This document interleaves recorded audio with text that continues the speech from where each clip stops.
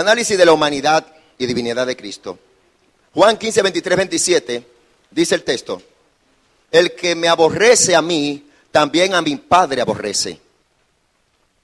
Si yo no hubiese hecho entre ellos obras que ningún otro ha hecho, no tendrían pecado. Pero ahora han visto y han aborrecido a mí y a mi Padre. Pero esto es para que se cumpla la palabra que está escrita en su ley. Escuchen esto: sin causa me aborrecieron. Cuando Cristo dice la palabra que está escrita en su ley, voy a hacer un enfoque ahí bien práctico. Sin causa me aborrecieron. Pero cuando venga el Consolador, hablando del Espíritu Santo, a quien yo os enviaré del Padre, el Espíritu de verdad, el cual procede del Padre, Él dará testimonio acerca de mí. Y vosotros daréis testimonio también, porque habéis estado conmigo desde el principio. Textos bíblicos que conforman la palabra fue aborrecido. Cuando él dice, es como está escrito en la ley, está hablando del el Taná o la Taná, que es la Torá, donde está la ley escrita. Para eso es el Taná, para la ley escrita únicamente, que los saduceos asumen. Dice aquí: todos mis íntimos amigos me aborrecieron, y los que yo amaba se volvieron contra mí. Eso es Job 19, 19. Y hasta el 25 es cuando habla de que yo sé que mi Redentor vive.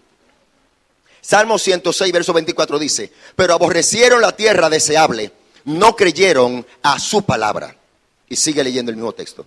El siguiente, Salmo 107, verso 11 dice: por cuanto fueron rebeldes a las palabras de Jehová, hablando de sí mismo, de Cristo, y aborrecieron el consejo del Altísimo.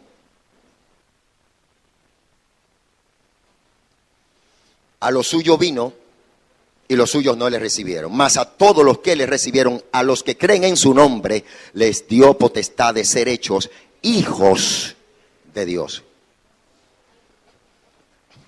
Esto que quiero interpretar aquí, ustedes no lo ven mucho porque está en letra pequeñita, ya solamente para que lo escuchen. La mayoría conocen los textos, ya que son muy conocidos. Tiene que ver con la cita bíblica de Jeremías 6:16 y el término de las sendas antiguas.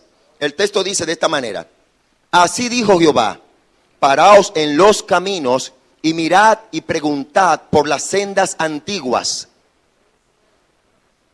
Hasta ahí, con esa coma, lo que quiere decir es: caminen, deténganse, vean los caminos que ustedes han caminado, miren hacia atrás y pregunten por las sendas antiguas de su pasado. Pregunten cómo se portaron los jueces, cómo se portó el pueblo en Israel con Moisés, cómo se portaron con Josué, cómo se porta el pueblo en los tiempos de Saúl, idólatra, perverso. Salía un juez a hacer poder y cuando moría ese, volvió a otra vez la idolatría. Ese es el pueblo de la senda antigua. Y ahora le dice el Señor: cuál sea el buen camino. Ahí está la palabra que él está, es no senda, sino el camino. Ahora él está enfocando el buen camino, el único, el camino. Cuál sea el buen camino, y andad por él, y hallaréis descanso para vuestras almas. Mas ellos dijeron: no andaremos. Ya desde ahí empezó la rebeldía. Pero ¿cuál era el buen camino? Vamos a ver la profecía. Juan 14:6 y verso 9 dice: Jesús les dijo: yo soy el camino, la verdad y la vida. Nadie viene al Padre sino por mí. Fíjense que Cristo no está diciendo: yo soy la senda antigua. No, yo soy el buen camino. Yo soy el camino. Cristo está declarando que lo que dijo Jeremías 6:16 es acerca del camino, no de las sendas. Ojo con eso. Dice un poco más. Juan 1:3. El texto dice: en el principio era el verbo, y el verbo era con Dios, y el verbo era Dios. Digan conmigo: era. Es la acción verbal que se está dando ahí. O sea que ya no es. En el principio era el verbo, ya no es el verbo. Y el verbo era con Dios, ya no es con Dios. Y el verbo era Dios, ya no es el verbo Dios. Eso es lo que está diciendo ahí. Diga conmigo: era. Ahora, ¿por qué era? Hay un artista, creo que de Guatemala, guatemalteco, Ricardo Arjona, que dijo: Jesús es verbo, no sustantivo. Pues no, él dejó de ser verbo cuando él se convirtió en carne. Y al convertirse en carne, se delegó un nombre que es sobre todo nombre. Y ese verbo es el sustantivo, ese verbo es el nombre que es sobre todo nombre, Jesucristo. Entonces estamos viendo a Dios ya no como verbo, sino como carne. Si lo entendemos en el orden que vamos, es posible que interpretemos la forma de defender que Dios en Cristo es el mismo ser. Y que fue humano y que es 100% Dios. Bueno.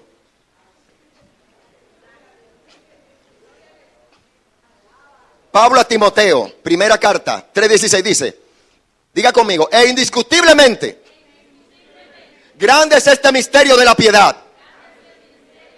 Dios fue manifestado en carne.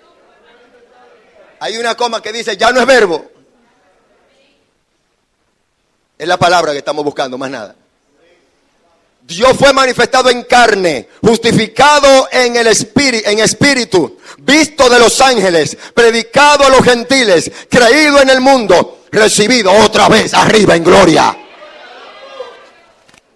Esto es para sustituir el término de Juan 1:1-3, que en el principio era el verbo. Ya no es el verbo porque se convirtió en carne.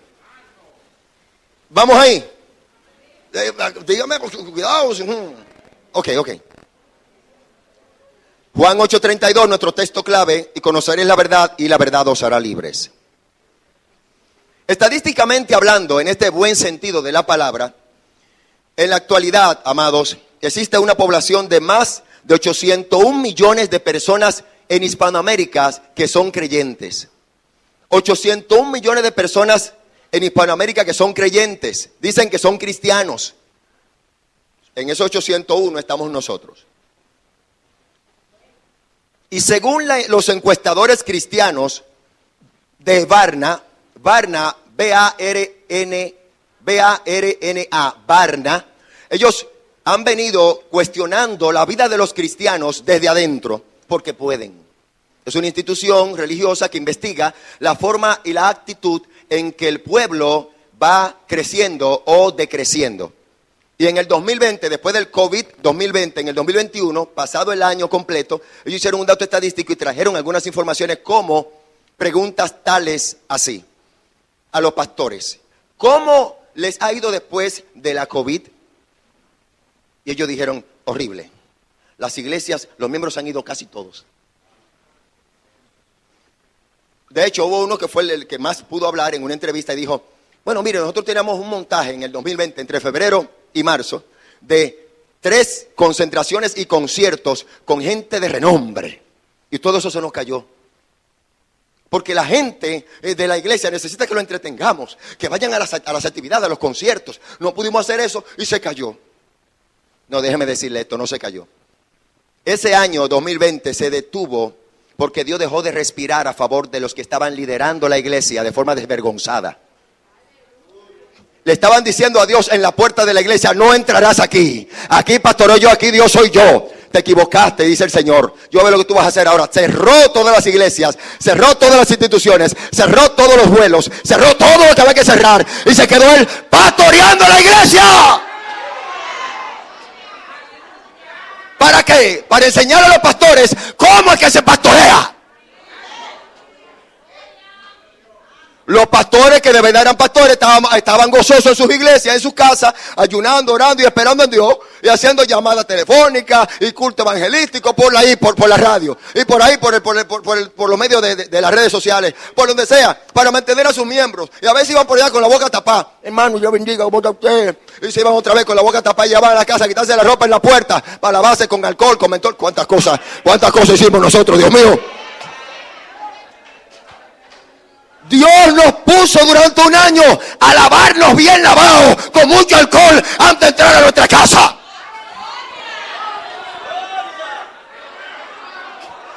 ...2020 fue el año de la purificación de la iglesia. Porque Él era el pastor de pastores. Necesitaba a todo el mundo limpio, incluyendo los que estaban en la cabeza.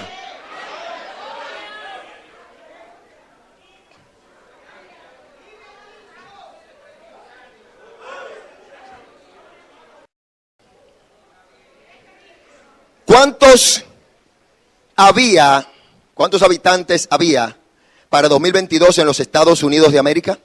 Estados Unidos en la actualidad, 2022, tenía una población de 332.183.000 personas.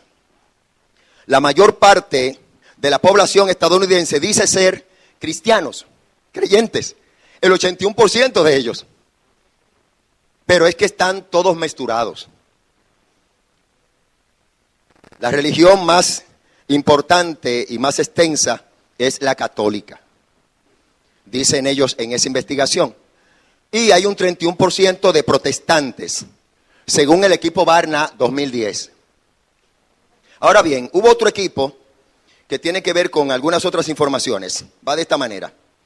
Por otra parte, de acuerdo con los datos que proporcionan anteriormente para el año 2019, CNN indica lo siguiente a través de la Pew Research Center. Esto es un centro de investigaciones, Pew, como se llama.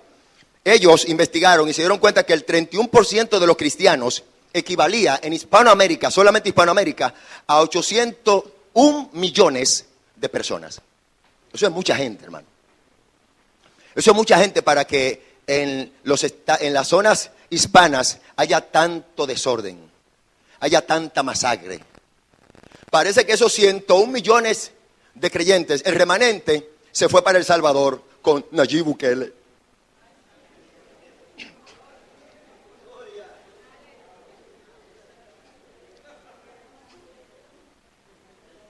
Necesitamos seguir entendiendo esto. Más del 50%, amados, más del 50% de la población no está preparada para una venida o un arrebatamiento mundial de creyentes. Hemos aprendido, dicen ellos ante la pregunta que se le hace, hemos aprendido y se nos ha enseñado a llevar una vida familiar y a sobrellevar a los vecinos y familiares cercanos y lejanos. Pero no nos hemos adaptado a vivir espiritualmente en este mundo, porque este mundo ofrece muchas cosas que nos entretienen en familia. Es decir, es más lo que vemos en televisión que lo que hacemos en nuestra habitación de rodillas delante del Señor. Son más las series que vemos que las series que existen en las Sagradas Escrituras para nuestras vidas. Es posible que haya mucho tiempo y por eso se hable poco de la predicación de Moisés cuando cruzó el Mar Rojo. Hace tiempo que yo no oigo ese mensaje. ¿Sabe por qué? Porque es algo intensamente sobrenatural. Pero los muñequitos y los Avengers son sobrenaturales. Son seres humanos que desaparecen más en otro planeta. Hay multiverso, hay de todo mucho. Y lo vemos y nos impresionamos. Y hasta lloramos cuando vemos las cosas. Y como que las emociones se ponen a hervir. La intención es que como creyentes entendamos que no solamente tenemos la unción del Espíritu Santo, sino que debemos aprender a manejar nuestras emociones y nuestro carácter a la hora de estar delante de alguien que está hablando el Evangelio. Es decir, vamos a gritar, vamos a saltar, vamos a danzar, pero por el conocimiento adquirido, no porque el otro está haciendo bulla. Entender eso no es difícil. Todos tenemos muchos temperamentos. Déjeme decirlo esto de esta manera. Hay personas que dicen, no es que yo soy así, yo soy flemático. No es que yo soy así, yo soy colérico. Deje esos temperamentos al lado, porque cuando el Espíritu Santo llega de verdad a la vida de un creyente, los temperamentos quedan para él dirigirlos. Es el Espíritu Santo que debe dirigir tus temperamentos. Y cuando tú digas, yo no puedo hacer esto porque yo soy así, bueno, eso eres tú que eres así, pero ¿y el Espíritu Santo en ti? ¿Cómo te hace? Es el secreto que tenemos que asimilar aquí. Y aplicarlo. Darle el carácter que lleva. Si el Espíritu Santo está en mi vida, el temperamento queda por debajo. Porque ya no vivo yo, sino que Cristo vive en mí. Todo es posible. Considerando lo dicho, estas entrevistas y estas encuestas, hemos llegado a la conclusión, dice el Centro de Investigaciones Pew, dice que han encontrado en la población de creyentes, de esos 801 millones de habitantes, han encontrado un trastorno dicotómico. Y enfocan especialmente a la mal llamada iglesia pentecostal. Y cuando digo mal llamada es porque la palabra pentecostal tenemos que sacarla de nuestro cerebro. Somos evangélicos, somos arca de salvación, pero pentecostales, bueno, se nos pegó eso hace unos añitos. Pero eso hay que hablarlo con más tranquilidad en algún momento de la historia. La esencia nuestra es que hemos aprendido a recibir al Espíritu Santo no por ser pentecostales, es por la misericordia de Dios. Entonces lo que yo conozco de Dios se llama frutos del Espíritu, dones espirituales. Y toda la iglesia aporta todos los frutos, y toda la iglesia aporta todos los frutos y todos los dones. ¿Y qué estamos haciendo con ello?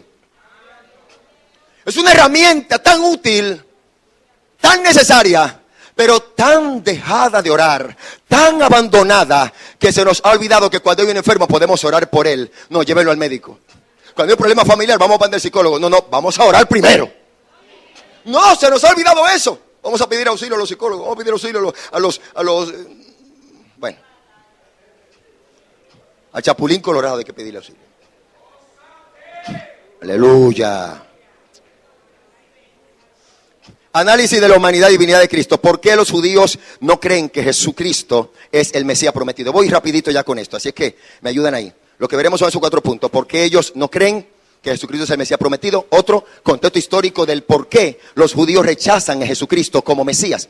Otro punto, análisis exegético de la deidad de Jesucristo según Lucas 1:26 al 56, Nuevo Testamento de las Sagradas Escrituras, como está escrito en la Reina Valera 1960 y hasta el 95. Del 95 para allá están haciendo unas alteraciones a la palabra de Dios que debemos tener mucho cuidado con la sutileza en que Cristo está tratando la iglesia a través de su palabra y la sutileza en la que el mundo está tratando de gobernar la iglesia con la manipulación bíblica. Hay algunos aquí que han oído en la noticia hace 2 años o 1 año y medio, y se ha repetido varias veces, que el papa que está ahí actualmente, el primer papa argentino, el primer papa hispano que sube al gobierno, lo ponen ahí. ¿Saben por qué? Porque Europa ya está gobernada. Estados Unidos está gobernado. La parte de Asia, Rusia, Asia Mayor, Asia Menor, Japón, todo eso está gobernado. Cada uno tiene los dioses endiablados que tienen ellos. Pero Hispanoamérica todavía cree en Cristo de verdad. Bueno, entonces necesitamos un papa que hable español. Ya lo tenemos. Y ahora la cristiandad de católicos que estaban siendo creyentes por la fe del evangelio verdadero que predican los evangélicos como arca de salvación, se estaban convirtiendo, ahora como que se han detenido un poco, porque entienden mejor a este papa que habla español. Y él ha dicho en diversas ocasiones que la Biblia del oso en latín es la traducción veraz y hay que interpretarlo una vez más, porque después las traducciones que pasaron al español por Juan Pérez de Pineda, la persecución de 12 años corriendo para llevar Biblia a todo lugar donde se habla español. Juan Pérez de Pineda fue perseguido por 12 años hasta que fue asediado. Pero él escribió la palabra al español traduciéndola para nuestra gracia. Ahora bien, él dice, el Papa, que debe de ser cambiada la Biblia en español porque hay verdades que están ahí que no son verdades. Asegure su Biblia. Que no se la arrebaten. Y mire la fecha entre el 60 y 95 para que no se la cambien. Yo estoy seguro que dentro de poco tiempo, si no es así, pues no pasará. Pero si va a pasar, van a empezar a regalar Biblias buenas, enmarcadas. Y como a la gente le gusta que le den regalado,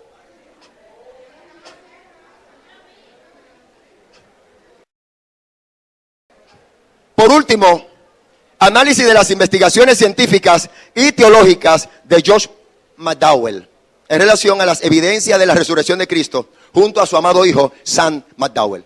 Los dos se unieron, su padre y su hijo. Qué ejemplo, qué baluarte, qué gloria. Atención, ¿por qué los judíos no creen que Jesucristo es el Mesías?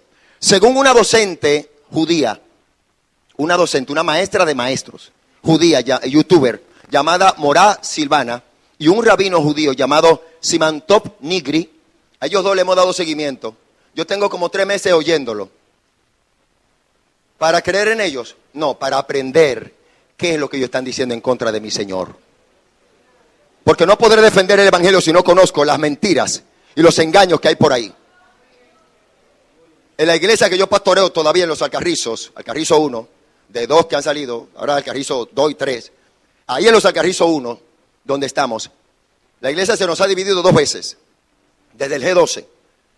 Y una tercera vez se estuvo a punto de dividir por la llegada de unos judaizantes, predicando un evangelio de judíos. Y créame, mi esposa que anda por ahí sabe que yo me quedaba a veces hasta las 12 de la medianoche hablando con 2 o 3 de ellos para desmentirlos. Pero de lo que ellos no se daban cuenta era que mientras yo hablaba con ellos 2 horas, ellos duraban 2 horas menos para hablar con otra gente y engañarlos.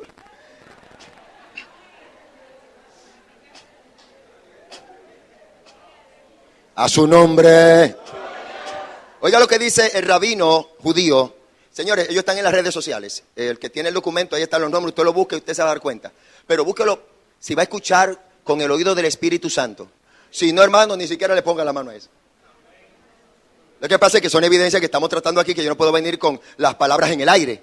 Aquí no podemos inventar con personas serias que tienen carácter del Espíritu Santo de Dios. Yo no puedo venir aquí a inventar palabras. Hay que traer las evidencias de lo que estamos haciendo. Este judío dice, la diferencia entre los judíos y el cristianismo es la siguiente. Los judíos han tenido una revelación nacional del Dios de toda creación. Y esa revelación la creen todos y cada uno de los judíos nacionales. En el 3333, día 6 de Sivan, sábado en la mañana, dice Siman Top Nigri, 600,000 hombres, solamente los masculinos, 600,000 hombres en el desierto frente al monte Sinaí vieron la gloria del Señor descender. Aproximadamente 3 millones de personas habían en ese momento, contando niños, ancianos y las mujeres que estaban allá. Eso es la evidencia que él dice como uno de los primeros principios para decir, los judíos somos diferentes a todos los cristianos, que nosotros a nivel nacional creemos en el Dios de los cielos, porque lo vimos. Y de verdad que, ¿cuántos han visto a Dios? No, yo tampoco lo he visto. ¿Cuántos conocen cara a cara a Jesucristo? No la cara que han pintado.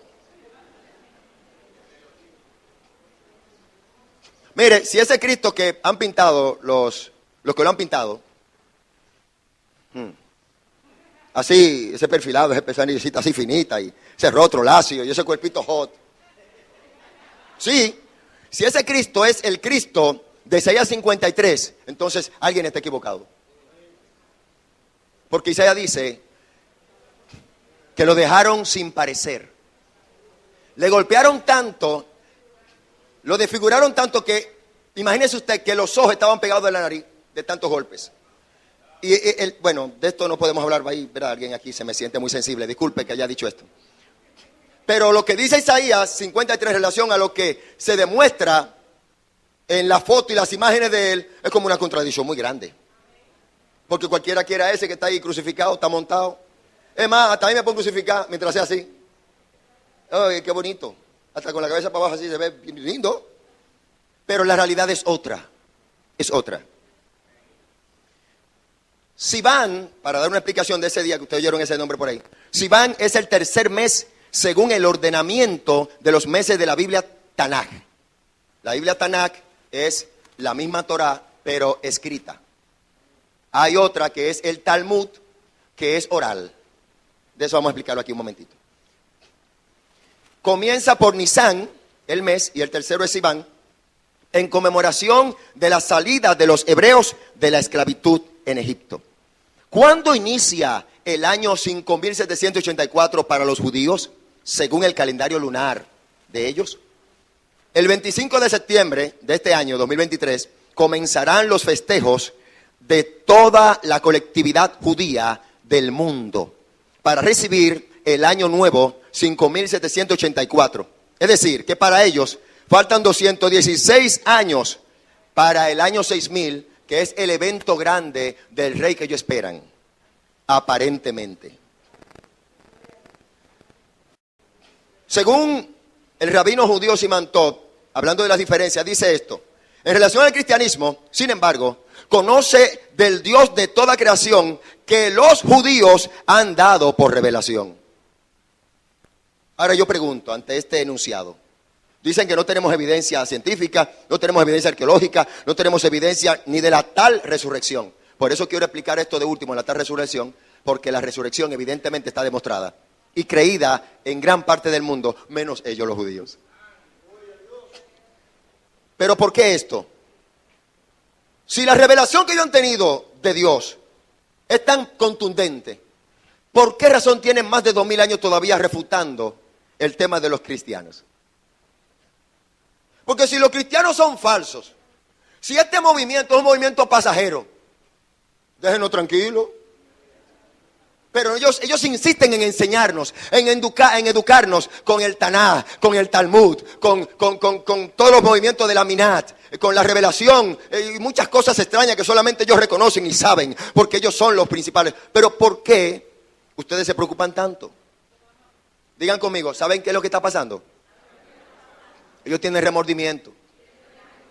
Porque cuando Cristo vino a lo suyo, no le ayudaron. Y ahora quieren hacerlo. Pero no se le va a dar. Sí tenemos evidencia científica, sí tenemos evidencias arqueológicas, sí tenemos evidencia de la resurrección de Cristo. Y no vamos a inventar con eso. Según la docente judía, youtuber, tiene 8.4K. Eso es 8 millones de personas que la siguen. Y más de 180,000 suscriptores. Que no solamente la siguen, sino que discuten con ella tema y lo envían a otra gente para que lo vean y lo estudian. Es una mujer explosiva, Morat Silvana, y habla con una dulzura que convence a cualquiera. El tema no es que te convenza, el tema es interpretar cuál es la verdad que ella dice, qué es lo que sale de dentro de ella en relación al Señor Jesucristo. Existen dos tipos de leyes. Primero, la Tanaj, la Biblia judía, la ley y los profetas. Esto es la ley escrita. Otra, el Talmud, la ley oral. El Talmud está dividido en dos partes. La primera es la Mishnah, es la ley oral en sí misma. Y la otra es la Gemara. Es un comentario sobre la Mishnah. Es necesario saber esto porque voy a hablar un poquito de Maimónides, que como judío es reconocido como el hombre más prolífero de toda la iglesia judía y todo el conocimiento y comentario acerca de lo que es los judíos. Porque Maimónides es, bueno, vamos a verlo, para no adelantarme a las cosas. Los rabinos fariseos mantienen que la ley oral fue entregada a Moisés en el monte Sinaí y pasó a cada generación de boca en boca. Diga conmigo, eso es falso. Y óigame, es tan falso que los fariseos dicen que esta ley, el Talmud, la ley oral, que fue pasada de boca en boca, es tan falso que los mismos saduceos en Judá dicen que eso no es así. Están en pugnas, y lo vamos a ver en la Biblia, cómo Pablo en contienda ve a los fariseos y a los saduceos peleando por esto. Eso es tremendo, tremendo. Los mismos saduceos desmienten este postulado. Por ejemplo, si aparece alguna revelación, debe estar escrita como está aquí en Números 9:1, que dice, habló Yahweh a Moisés en el desierto de Sinaí, el primer mes del segundo año de su salida de la tierra de Egipto, y le dijo, y ahí empieza el contenido. Así es como debe de estar cuando es el Tanaj, o la Tanaj, la Torah, la ley escrita. Si no es así, entonces es falso. Por eso los saduceos desmienten que el Talmud sea un texto. Y debo decir algo más adelante. Otras razones que los judíos tienen para no creer en Cristo como Mesías son estas. Isaías, Jeremías y Ezequiel definen la era mesiánica y explican en sus escritos el orden en que va a suceder. Y dicen esto. Primero, habrá paz total, que es el shalom. A lo que nuestro amado director dice el shalom. No sé si es el salón del pelo. No, pero la palabra shalom significa la paz eterna, la paz de Dios. Ese shalom que ahora mismo tenemos en el mundo, solamente lo encontramos en los funerales, y no todo tipo de funerales, porque hay funerales que van motoristas bebiendo, haciendo bulla, y una cosa tremenda, ya, ahí no hay shalom. Según Isaías capítulo 11, verso 6, ellos no pasan el libro de Isaías, sino hasta el capítulo 39 o 40, no suben hasta el 53. Sea esto sabido por ustedes. La Tanaj de ellos no tiene el 53 de Isaías. Alaba. Otro, el pueblo de Israel regresará de todas partes del mundo a su pueblo. Otro, no será un Dios, será una persona mortal. Claro que sí, la que viene ahora va a ser mortal para ustedes, porque de seguro que en la primera guerra se va. No dice que habrá una segunda venida del Mesías. Otro, el cumplimiento de la Torá, según Maimónides, rabino y prolífero profeta judío, dice: si surge, oiga bien lo que dice Maimónides, mucha atención a esto.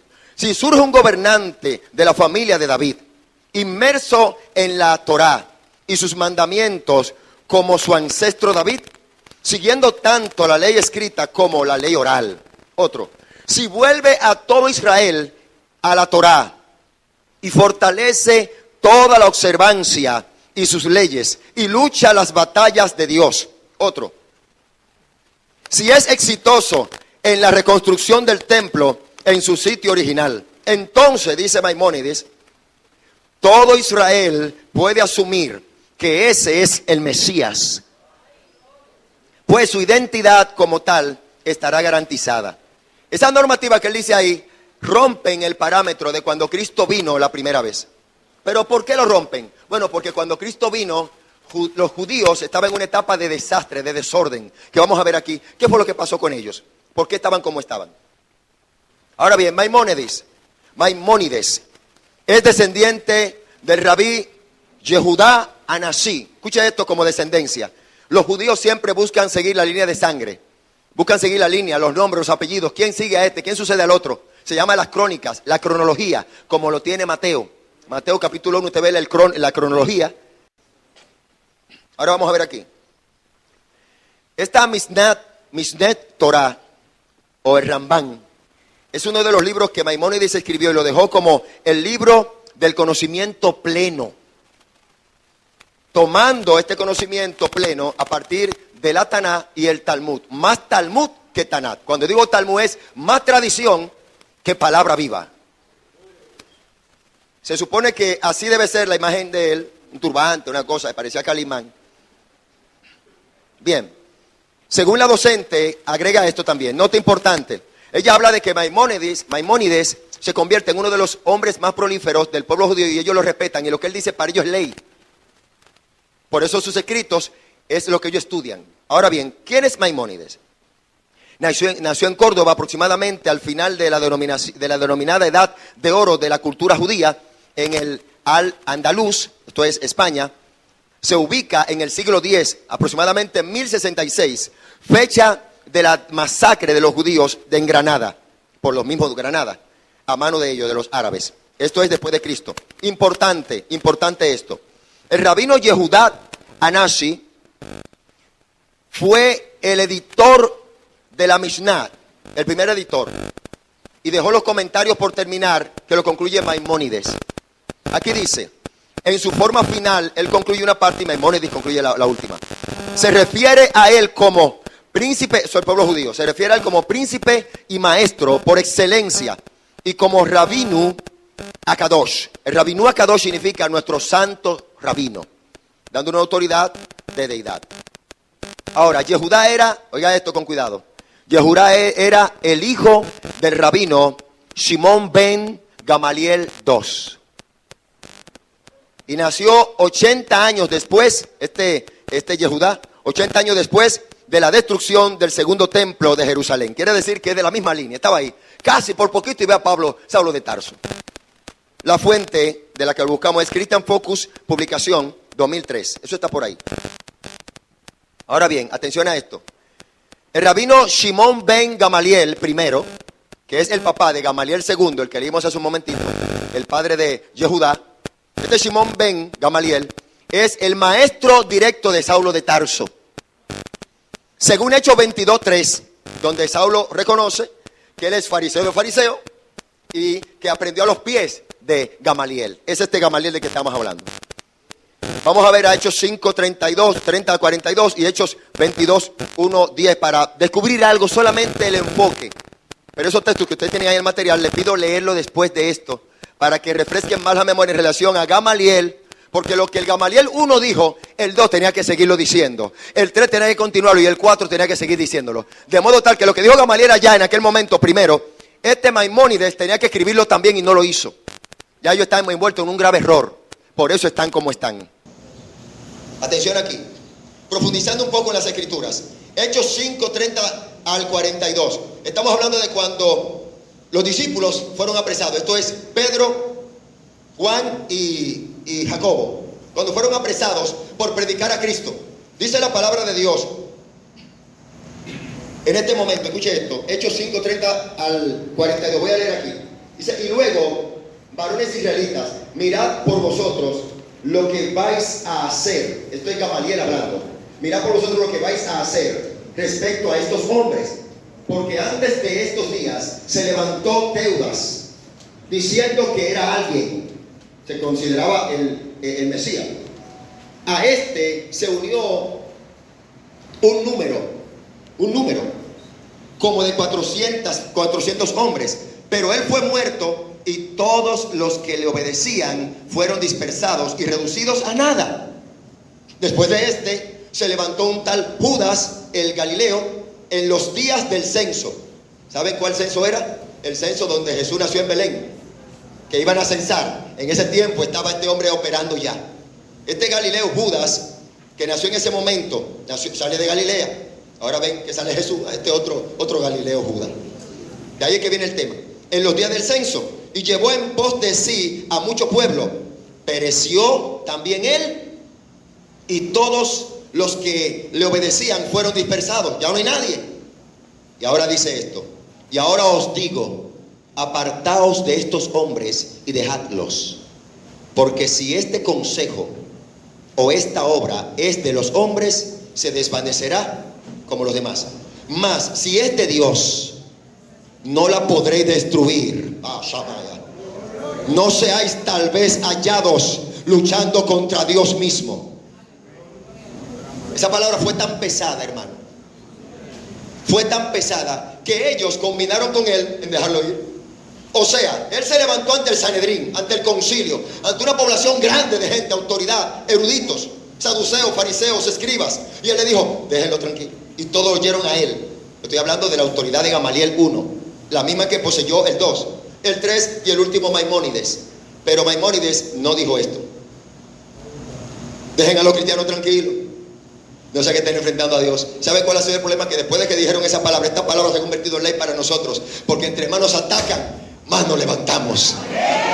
De tal modo que en la persecución, cuando moría un creyente, la sangre de ese creyente hacía que se multiplicaran 10, 100, 1000. Y ahora estamos en pie de batalla. Todavía hay Cristo en vivo. Todavía hay Cristo en vivo. El evangelio, y nosotros lo portamos no para darlo a la gente, es para brindarlo. Ya está regalado en el mundo, está dispersado a los creyentes. El que cree será salvo por él, el que no será condenado por él mismo. Bendecido sea el Señor. En este contenido, cuando Pablo habla acerca de que fue instruido por Gamaliel, a los pies de Gamaliel, dice que él habla de la revelación, la que Pablo tuvo cuando Saulo de Tarso se encontró en Damasco caminando. El capítulo 9 del libro de los Hechos dice que se encontró con una luz que le iluminó y cayó a tierra. Y cuando se levantó estaba ciego y oyó una voz que le dijo, Saulo, Saulo, ¿por qué me persigues? Gloria a Dios. ¿Quién eres, Señor? Él sabía que estaba en una dimensión diferente. Amén. ¿Quién eres tú? Y yo soy Jesús, a quien tú persigues. Por eso Saulo, que aprendió a los pies de Gamaliel, se reconcilia, porque Cristo lo enfrentó, lo confrontó, lo miró de frente, le dijo, mírame y escúchame, dura cosa de dar cosas contra el aguijón. Para que alguien lo entienda mejor, imagínense que esto es un puñal y venir y darle así, ¡chan!, hasta que me traspase. Dice el Señor, eso es duro. No te metas ahí. Cerramos esa parte. Contexto histórico del por qué los judíos rechazan a Jesucristo como Mesías. El contexto histórico tiene que ver con esto. Vamos a ver esta parte. Interesante. La historia relata lo siguiente, así mismo, rapidito. Allá. Aquí dice que el primer rey fue Saúl, el segundo fue David, el tercero fue Salomón. La línea de Cristo viene desde David, pero inicia después de los hechos de Salomón.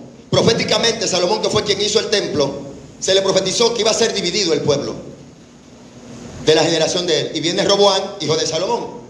Roboam aquí preside, y por falta de tacto y de trabajar con el pueblo con misericordia y con protección, y tratándolo con cariño y con ternura, en tiempo de impuestos, el impuesto era grande en los tiempos de Salomón, pero cuando él tomó Roboam, dijo, será duplicado. Es más, si el impuesto era del grueso del dedo gordo, ahora será del grueso de mis lomos. Eso provocó una división. Consultaron a los ancianos dieron el consejo, los jóvenes dijeron que no, Robán, que era joven, dijo no. Y esto provocó división. De ahí que quedó dividido de la siguiente forma.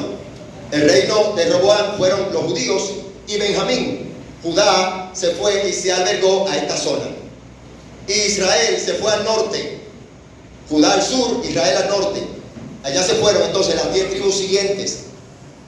Allí estaban los profetas. Aquí en este tiempo fue la destrucción del templo. Estamos hablando en tiempo 930 al 721 a.C.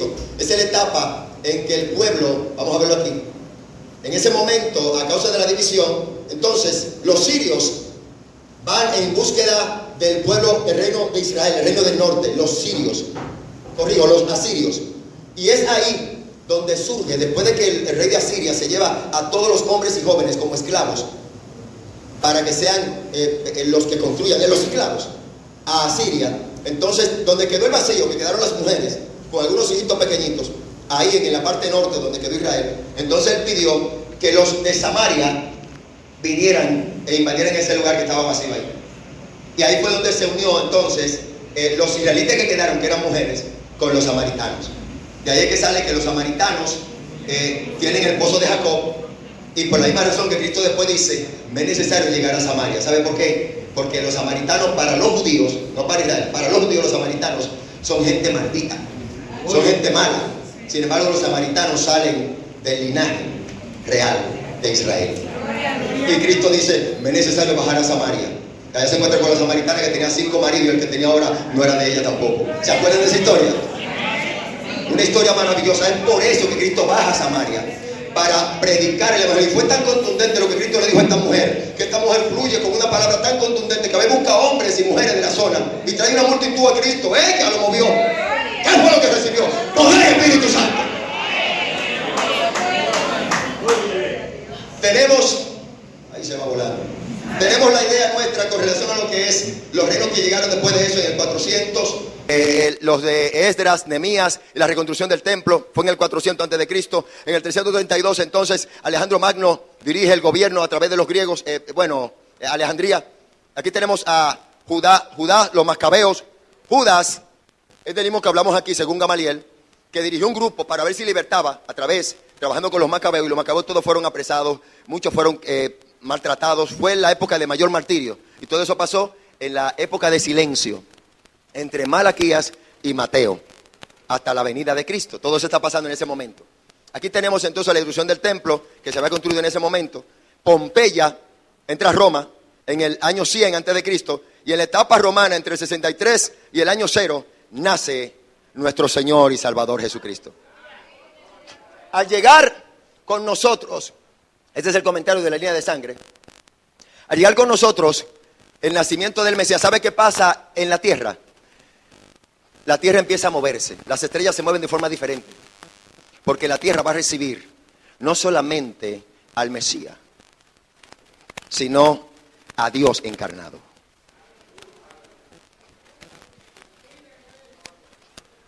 Voy a saltar un poquito algunas cosas para entrar en el Dios encarnado. Lo demás que iba a decir está ahí, léalo con cuidado y estúdielo, pero quiero entrar en esta parte porque el tiempo me dice voy para allá. Y yo no quiero que él venga y me agarre a destiempo. Déjenme avanzar un poquito, por favor. Aquí está, análisis exegético de la deidad de Jesucristo. Vamos a ver.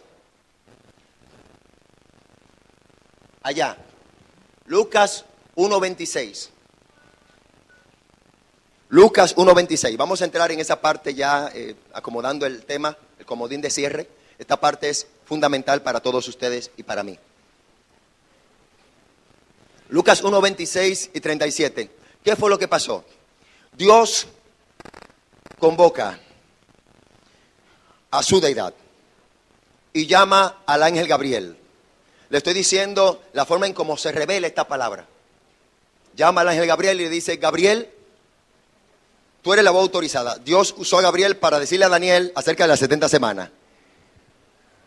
Y ahora lo usa para decirle a María, mira, vas a bajar a Nazaret, a la ciudad de Belén, allá en Galilea, y vas a visitar a una muchacha llamada María, virgen.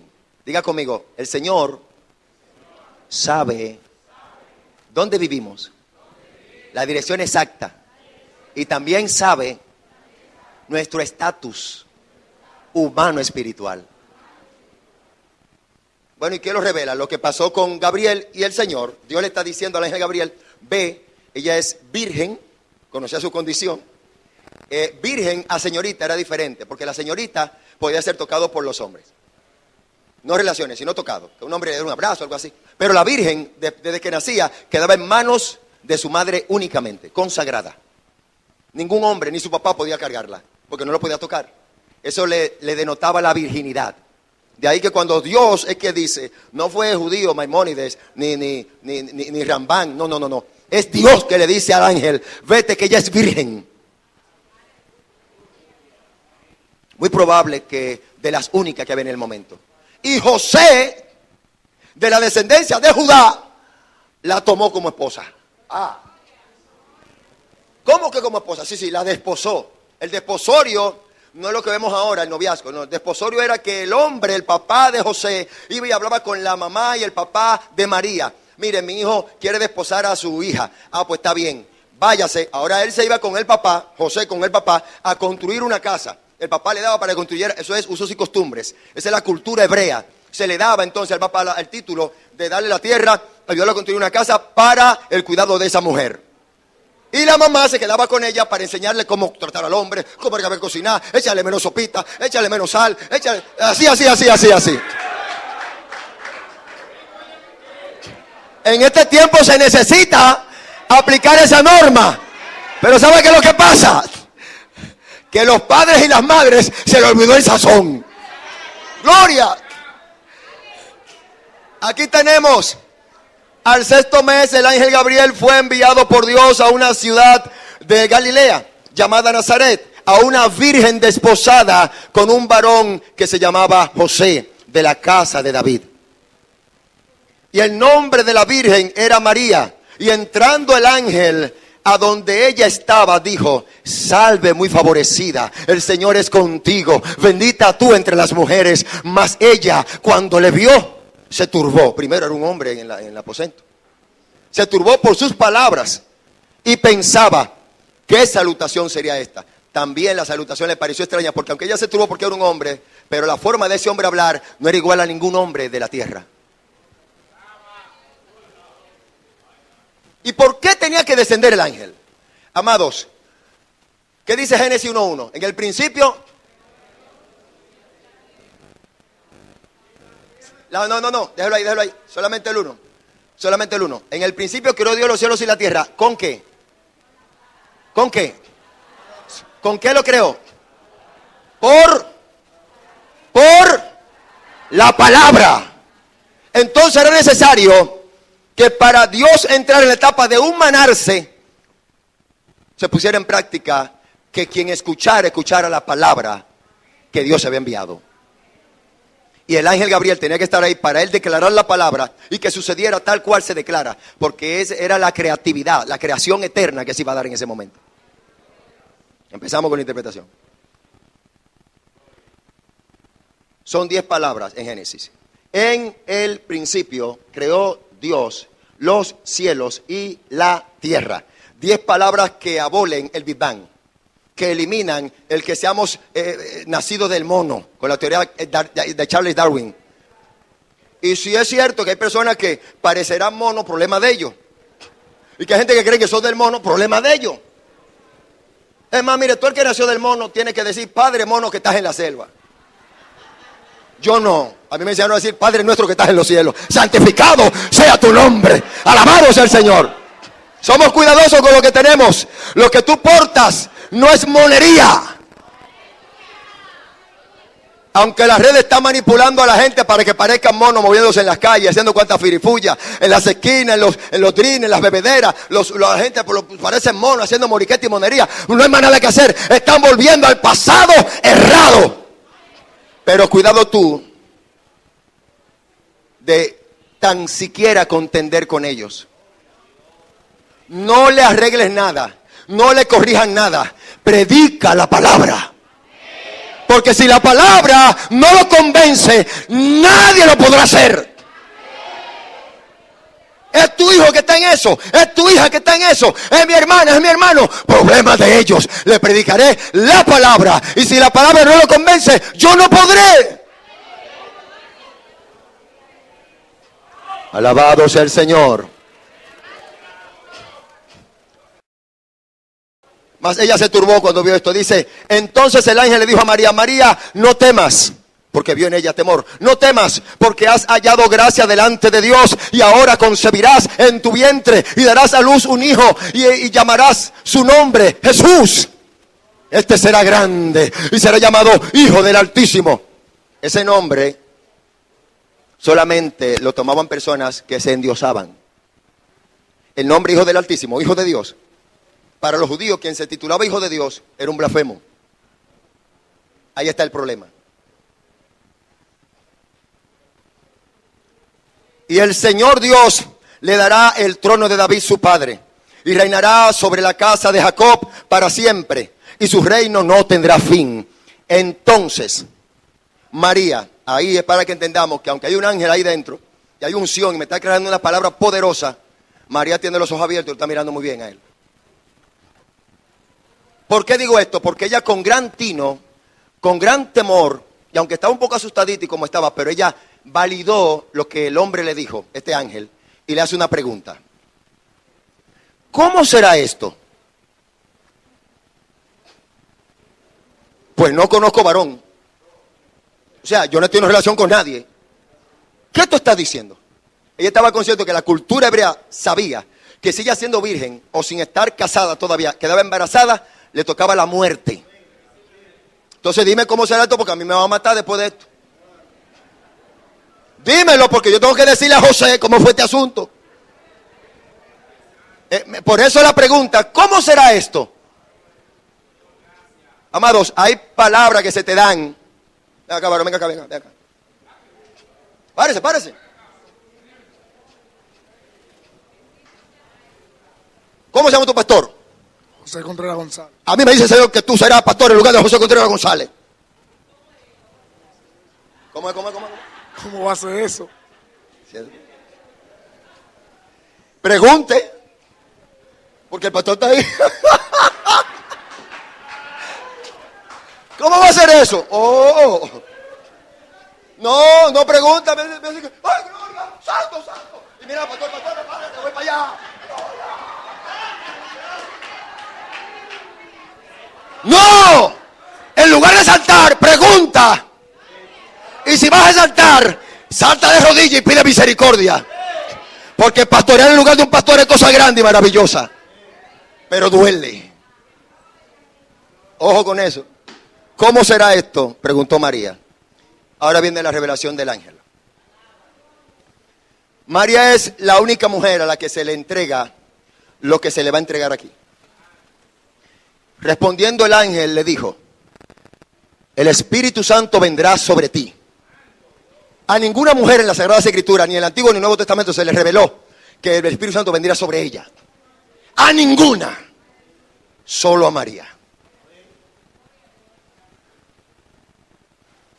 Otro.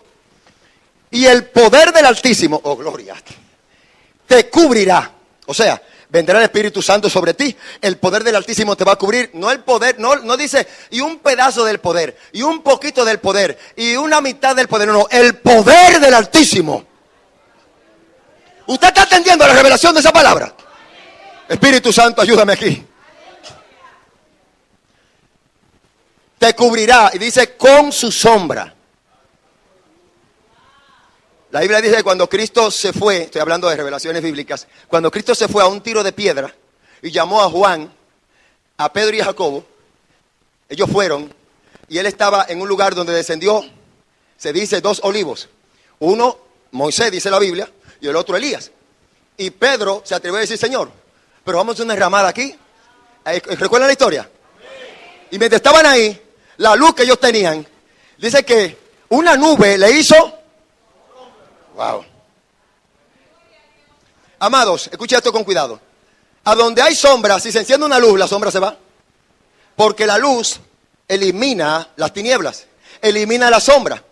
Pero aquí a donde había luz, la nube se posa y le hace sombra. Y esa sombra dice que soy una voz de la sombra que decía: este es mi hijo amado. Aleluya. Por lo cual también el santo ser, esa palabra, con cuidado, como está escrita, el santo ser que nacerá será llamado hijo de Dios. Ya ella supo cómo será esto. Vamos a cerrar.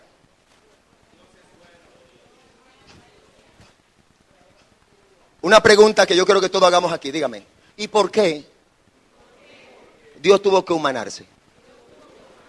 Dígalo de otra forma. ¿No podía él transformarse en un niño para no meterse en el vientre de una mujer?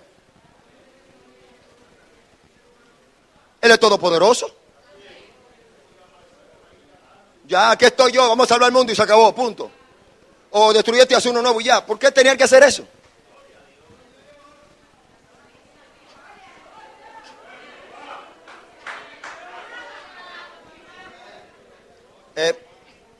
Vamos a escuchar esto ahora. Con cuidado, con cuidado. Con cuidado. Espíritu Santo, danos la palabra viva. Oiga esto, amado. Dios en Edén, dice la Biblia que tomó del polvo de la tierra, no del barro, ni la tierra, tomó del polvo de ella. Aquí hay polvo, un poquito, me quedó en la mano, ese polvo. Hizo una estructura de polvo y le puso lo que yo tengo, pero en polvo. Obviamente mucho polvo unido hace un barro, una estructura de barro, pero fue del polvo, de lo más fino de la tierra. Y la cabeza, donde él sopló, el Señor sopló, la cabeza, ¿cuántos orificios tenía? ¿O tiene? Diga conmigo. 2 de los ojos, 2 de la nariz, 2 de las orejas y 1 de la boca. 7. Y el candelabro de oro, ¿cuántas? Y entonces, cuando Dios sopla, no entra por la nariz, entra por donde quiera que había hoyo en la cabeza. Entra por la nariz para el sentido del olfato, entra por los ojos para el sentido de la vista, entra por el oído para el sentido del oído, el oír, y entra por la boca para el hablar. Y prepara todo aquí y estructura el cerebro, que es la llamada cardía según los hebreos. Eso es real. El corazón es el cerebro. A esto le ha puesto corazón, pero eso tiene otro nombre. El cerebro. Y una vez formado el cerebro, aquí está la conexión de la médula espinal, que conecta el cerebro con todo tejido y todo nervio del cuerpo entero. De tal modo que si yo no lo pienso, no lo hago. De tal manera que se ha convertido en una ley decir, una ley no escrita, decir, ay, lo que yo te dije no lo pensé. Lo dije sin pensar, no. Si usted lo dijo, lo pensó. Usted lo que no hizo fue analizar lo que iba a decir. Y se le zafó. Pero todo lo que se dice, se piensa. Ojo con esto. Otro principio. Cuando Dios sopla, se forma el cerebro. Y el cerebro en sí mismo tiene 2 frontales o hemisferios. El derecho y el izquierdo. Formado así para la creación de la totalidad. El ser humano trabajaba 100% con el hemisferio derecho y el izquierdo unido. De todo lo que Dios hizo, todo era bueno. Pero hubo algo que Dios vio, dijo que no era bueno. ¿Qué cosa fue? Que el hombre esté solo. Y hay hombres como yo que creen que la mujer que yo tengo fui yo que la busqué. No, fue Dios que me la dio. Y cuando yo la maltrato, estoy maltratando al que me la dio.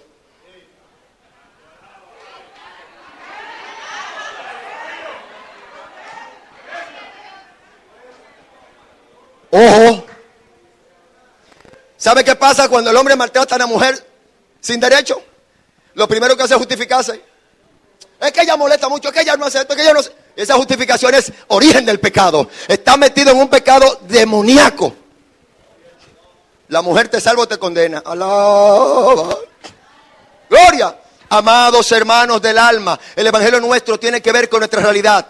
Y la visión de nuestro contexto va de la mano con la persona que va a mi lado. Esto es de parejas. Y los que no tienen pareja, prepárese cuando le vaya a tocar. Tiene que ser así mismo. Respetarla y amarla. Respeto de la mujer y amor del hombre. 2 principios. La esencia mía en este punto es que después de Dios soplar, formó al hombre. Amados, el hombre que Dios formó y la mujer que Dios formó, que era lo que Dios veía que no era bueno que estuviera solo, ¿lo hizo pequeño a los dos? Dígame, ¿lo hizo pequeño a los dos? No podía. Lo que él hizo, lo hizo grande. Él conoce al ser humano adulto. Entonces, de todo lo que Dios sabe, hay algo que Dios no sabía. ¿Cómo? ¿Y qué es esto, pastor? ¿Qué usted va a decir? Nada. Escúchelo con cuidado y analícelo. Si hay razón espiritual, asúmalo. Si no la hay, suelte eso. La razón que me lleva a decir esto es por la misma razón en que Él tuvo que humanarse. Dios se humanó por una razón. Él no entendía por qué el hombre era reincidente en el mal. En los tiempos de Noé, el mal. Vino el diluvio. Vino otro, el mal. En los tiempos de Sodoma y Gomorra, el mal. Y mal, y mal, y mal. Y todavía mira dónde estamos y seguimos siendo malos. Dios no entendía eso, claro, hasta Cristo. Pero ¿cómo lo entendió el Señor? Bueno, de esta manera. Dios, como todo Dios, dijo a Jeremías 1:4-5, antes de entrar al vientre de tu madre, te conocí. En el vientre te santifiqué. Y cuando saliste te di por profeta a las naciones. Dicho de otra manera ahora.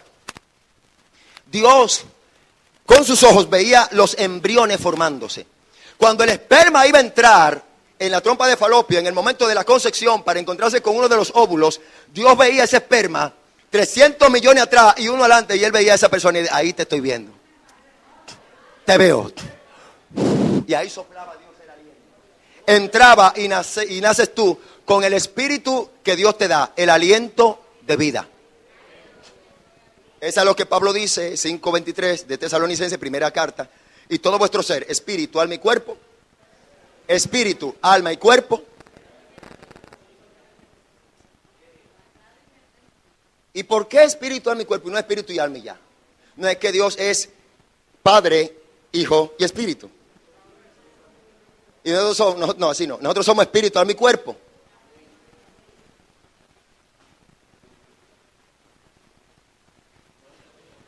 Ezequiel, capítulo 18, verso 20 dice, el alma que pecare, solamente habla del alma. Ahora, Eclesiastés, capítulo 12, verso 7, dice, y el espíritu vuelve a Dios, solamente hablando del espíritu. Pero también él dice, y el polvo vuelve. Tres cosas, y a dónde va cada una. Va de esta manera entonces la lección. Cuando el ser humano muere, se desprende de él y hay una descomposición. El polvo, la carne va al polvo, de donde salió del polvo, originalmente. El espíritu va a Dios y el alma, si está en pecado, muere irremisiblemente. Va a un lugar de tormento. Ahora bien, póngase de pie, varón, otra vez. Suelte todo, suelte todo. Venga, venga, corre, corre, corre, corre. Agárreme ahí. Cuando el ser humano por el espíritu trae su cuerpo arrepentido a Cristo, se une el alma y el espíritu, aliento de vida de Dios, que es la parte en donde Dios impacta el alma. Se unen, ya están unidos, míralo aquí, porque Él se reconcilió. Hay una alianza. Ya dijimos ahorita que el espíritu es el que lo dio y el alma que pecare morirá. Pero esta alma está en un plan de reconciliación. Se unió, se enlazan y Él empieza a buscar a Dios en espíritu y en verdad. Oración, ayuno, lectura bíblica. Vienen estos congresos para aprender más y se va uniendo un poco más. Y entre más ora y ayuna, más se unen. Y en ese momento se muere. El cuerpo va al polvo y el espíritu se va.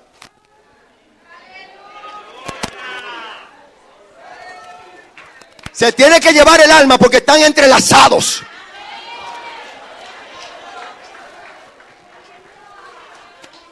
Pero eso no se da si abandonamos el ayuno, si abandonamos la oración, si abandonamos la consagración de Dios, si abandonamos lo que tenemos que hacer por lo que el mundo nos está brindando. A someterse pues a Dios.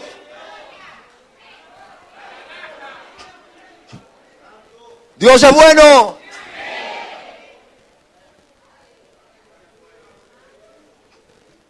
Amados, termino con esta síntesis. María tuvo que recibir al Espíritu Santo en plenitud, el poder de Dios y la sombra del Altísimo. Esos tres atributos espirituales divinos fueron los que permitieron que Dios pudiera entrar al vientre, el Espíritu Santo.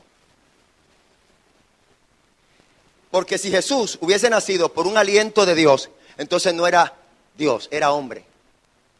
Para nacer Dios, el espíritu de Él no puede ser el espíritu mío y tuyo. Y por eso Él es portador del Espíritu Santo. Y el Espíritu Santo es la deidad eterna.